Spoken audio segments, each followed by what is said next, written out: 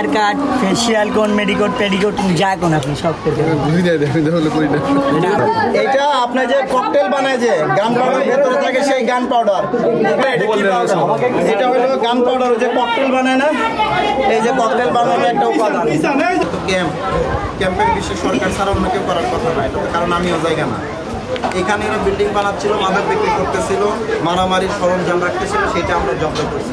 ফলে মাদক বিক্রি অনেকাংশেই কমে গেছে, এটাও একটা কারণ হইতে পারে নিজেদের মধ্যে অসন্তোষ। কারণ এরা তো মাদক বিক্রি ছাড়া বড় একটা অংশ মাদক বিক্রি করা ছাড়া অন্য কোনো পেশা জানেও না, বুঝেও না, চাইও না, আপনি দিলেও যাবেন।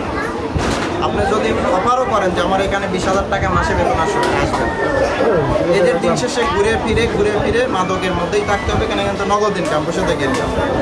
আমরা যে স্পটগুলো ধরেন যে এখন পর্যন্ত জব্দ করতে পারছি, এটা দখল নিয়েছি, এটা একটা বিরাট সফলতা।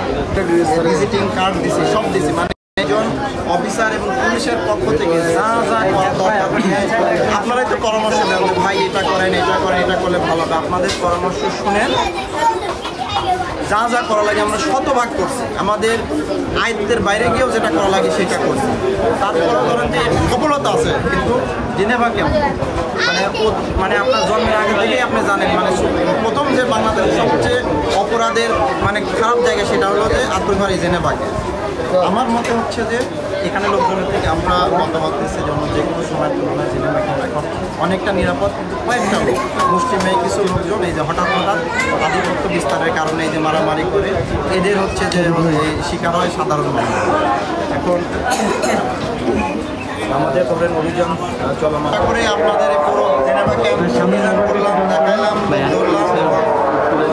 কী পরিস্থিতিতে আমরা এই জেনেভা ক্যাম্প নিয়ে ধরেন এখন পর্যন্ত মানে মোটামুটি নিরাপদ এবং কন্ট্রোলে রাখতে পারছে। আপনারা দেখছেন যে এখানে ঢোকা যায় না, বন্ধ, ঘাম, মানে 5 মিনিট এখানে হাঁটলে অভিযান করলে ধরেন যে শরীর হচ্ছে মুড়ে ধরেন যে ডাম্পিং, পায়খানা, ওই গরু, মুখ, মাংস একসাথে লাগে। এখানে আসলে কারোই আলাদা কোনো আইডেন্টিটি নাই। আপনারা দেখছেন যে 4 তালা 5 তালে উঠতে একটা রুম থেকে আরেকটা রুমে যাইতে গেলে 2টা করে দরজা। আমরা অভিযানে যখন পরিচালনা করে দেখা গেল উপর রুমে আছে, আমরা দরজা ভাঙতেও ধরুন যে পেছনে ছাদে নিয়ে গেছি না, আপনাদের ছাদ থেকে ওরা লাফ দিয়ে পাশের ছাদ দিয়ে পালায়। এরপরেও এইখানে আগে এই জেনেভা ক্যাম্পে এর আগে কখনোই পুলিশ প্রশাসনের এই যে আমরা এখন যখন ফ্রিলি মুভ করতেছি আপনাদের নিয়ে আসলাম। উনি আসলে নাম শুনছেন,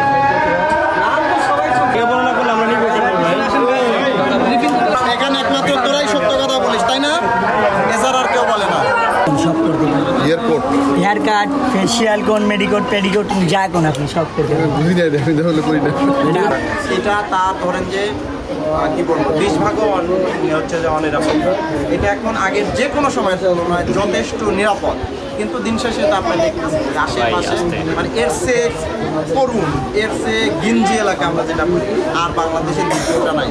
আর উদাহরণ দিতে পারবেন যে এর চেয়ে গিঞ্জি এলাকা, এর চেয়ে মানে একদম কি বলবো যে জঘন্য পরিবেশে, মানে একদম কি বলে যে মানবাধিকার যাই বলে, মানুষ এত খারাপ পরিবেশে